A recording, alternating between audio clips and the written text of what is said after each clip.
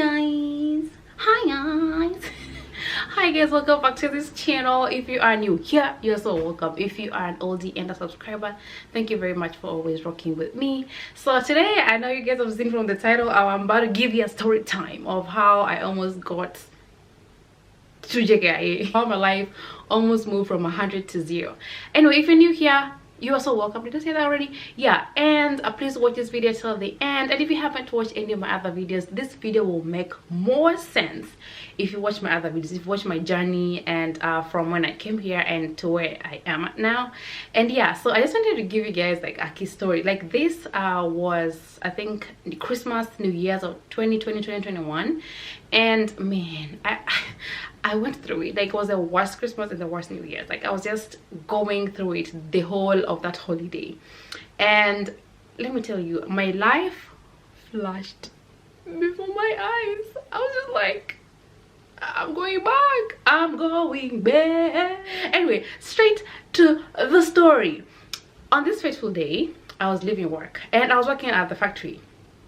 If you haven't watched my odd jobs video to see what type of jobs, or if I say factory job or warehouse job looks like, go back and watch the video. So on this day I was working at the factory and I was working, it was an odd job and I was working 12 hours.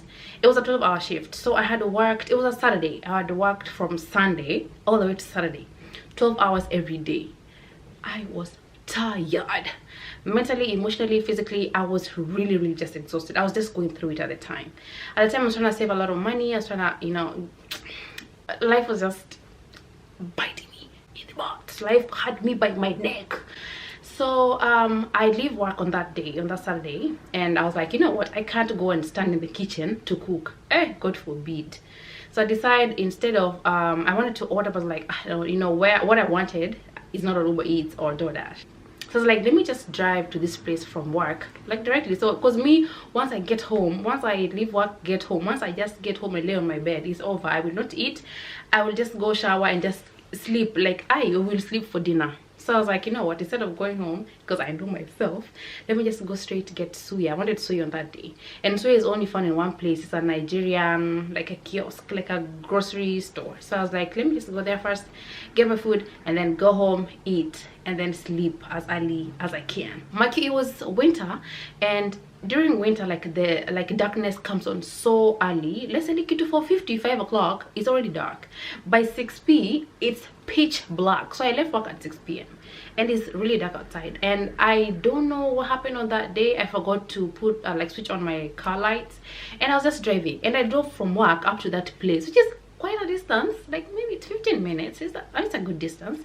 And I went there, got suya, and then on my way back, now this is where my life almost changed. So I'm driving back, and usually here, like the cops really, like, they always like situate themselves, they like place themselves in strategic corners where you can see them, so they can arrest you if you are breaking the law.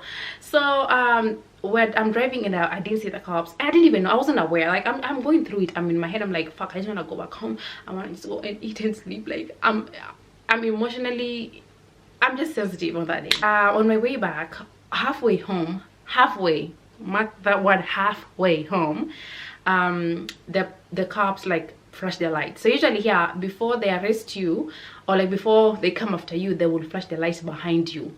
And then if you are on the road, I will find a video and show you what happens and put it here. And when they flash the light behind you, you need to find somewhere safe, and then also away from traffic, so you don't obstruct traffic. And then you park up, and then you stop. Then you'll just be behind you, because this cop, once they flash their lights behind you, they will follow you. They will follow you. So you better stop, because if you don't stop, also you're breaking the law, because it's like you're trying to get away from the law. So on this day, so the cop flashes the lights behind me, and I'm just I wasn't aware. In my head, I wanted to go home. I'm focused. I'm always a very focused person. On this day, I was even more focused. I just kept on going. And then now this cop just keeps following, and I'm like, oh shit. Like, let me tell you one thing, the most scary thing as an immigrant living in America, in this country, is to be in trouble, especially with the law, because the law can take you back to your country very fast. They are known for that. Like, they don't cannot you like that? So I go get a safe place and stop. After I stop, you have to turn your car off and then you have to sit. I don't know if you guys have seen those videos where, you know, there's people who, you know, cops get shot at, like, you know, so you have to sit and they will tell you, they'll come to you, right? So I'm on there, I'm like, what do I do? So I switch on my light really quickly. So apparently this cop had been following me for quite some time from when I left the grocery store.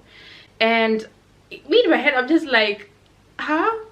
I didn't know. I wasn't checking who was following me. I'm about to go home. And then he comes and he knocks my window and asks me, ma'am, do you know your lights are not on? At that time I already turned them on. I was like, what? Oh really? No, they're on. They're like, ma'am, I've been following you, like your lights have not been on for a while. And I'm like, oh really? Well, I do apologize for that. I'm thinking it's gonna say like last warning, but no. So on that day he asked me, so when the cops stop you, they'll ask you for your ID. Was, let me tell you one thing, after when they stop you, your plate, your number plate, or whatever you guys want to call your license plate, they already like pull that information up. Anything that you registered with, your social security number and everything pops up. Where you live, your ID number, everything pops up. So when they asked me for my ID, I had forgotten my ID at home on that day. Let me tell you, life was lifing, and that day, let's blame the devil. The devil was like, yes, go up there and get caught. So he asked me for my driver's license. I tried to look for it, I didn't find it. I had my Kenyan license. This one right here. So this was my Kenyan license. I want to show you like it like closely so you don't see my information, but yeah, I had my Kenyan license. So I tried, here's how it looked like from the outside. I think it's the Republic of Kenya. I told him I did forget my license at home. I'm so sorry, but I have another one I can, you know, show that I can, you know, that I'm licensed to drive. So I give him this one, and he's just like, ma'am, let me tell you guys, this is how the American license looks like, and the ID and license look alike, and the driver's license could be your ID and license. It serves two purposes, which is a good thing. So you don't have to have an ID separately and a license separately. I'd forgotten this at home at that time. Also, I had to renew it. You know, immigration takes so long to even like respond back to you and like give you documents to go and renew your stuff. So they were still stuck with the returns, and I'm just here like, Leo, like this is it. In my head, I'm just seeing myself in that orange uniform, walking barefoot at JKIA. I don't even know. Like, I was so scared. So when I tried to argue my case, like, I'm so sorry sir, like, is it possible for us to go, like, can you just follow me? Now I'm trying to command the police. I'm telling the police, can you just follow me to my house so that I can go grab it and show it to you?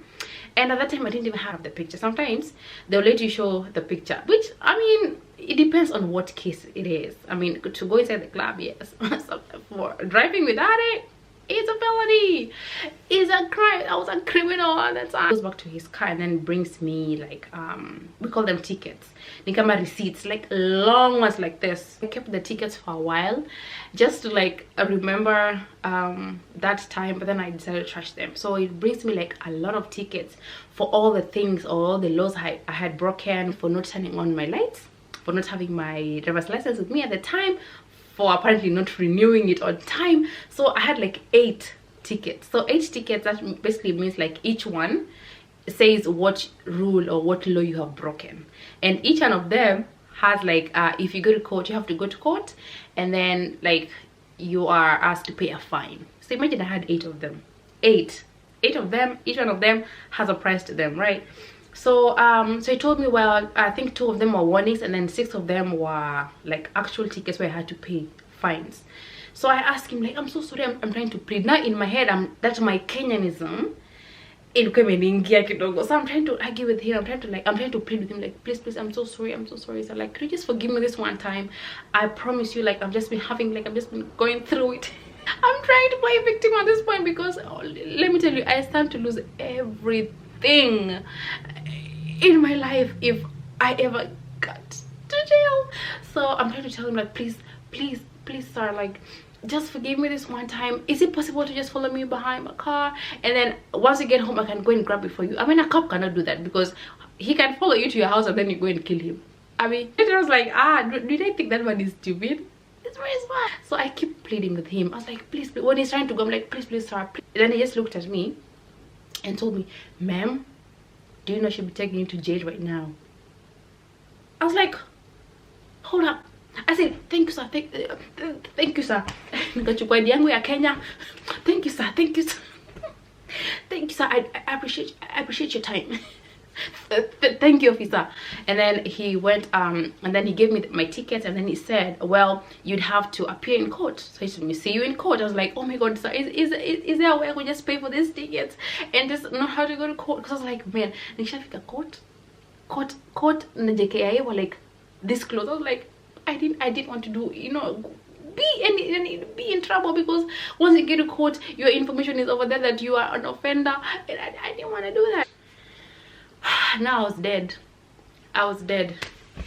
Yeah, at that time I was dead. I was done. I was like, enyewe nimejaribu, like America this is, I have tried. I was even planning like just to like self-deport, like just to book a ticket and just go back, instead of waiting for them to ceremoniously put me behind that metallic car and then take me somewhere, wear an orange uniform, and then to put me on a undergear with other law offenders, and then taking back to JK. I was like, let me just save them that much money. I'll pay my own ticket. So I talked to my mom. My mom is freaking out. I am freaking out. My mom is always like very calm. So my mom is like, no, just calm down. Tell me what's going on. So I'm telling her, mama, I'm coming back. Mama, I do go, like, it's done. So she's just like, what's going on? They're like, what happened? And I'm trying to explain to her, like, man, they found me without an ID. The cops. And you know, when after you hear my mom had the cops, she was like, oh my god. So I explained to her, then like, she's like, it's okay, you just have to go to court, just let us know if you need help. So this is November. I'm getting this ticket in November, and I have to go to court in January. I think it was January 5th to be precise. I can't forget. And imagine November, December, Christmas, I'm just in distress. January, New Year's, I'm just in distress. I sleep kidogo like this, I wake up like, JKI. So when I got to court, also again, everybody had lawyers, and I was like, I missed the memo again. Like, I missed it. I didn't know I was supposed to bring my lawyer. I didn't even have money for the lawyer anyway. I was broke. So I was like, when I got there, I was like, hey, hapa sasa, Yesu ni lawyer wangu. God is my lawyer. God, Jesus, and the 12 disciples will be my lawyer on this day. So the court ended well. I pled guilty for everything. They told me I could pay a fine. I paid a hefty fine, and then my case was done. It was two things. It was either I spent like some time in jail or like pay the fine. I was like, hey, wanacheza na nani? Eri hata nikae bolingo, eri hata nikae sila kitu, but I will pay the fine. So then I paid my fine, and they let me go, and that was it. And that January that year, and I was like, I cannot be in trouble again. So let me tell you guys, the toughest way to live is always living or like walking on eggshells. So whenever I saw a cop, up until today, I mean, it's better now, but like up until just recently, anytime I saw the cop, like, you know, turn their lights behind someone, I was just panicking. I was like, it's me.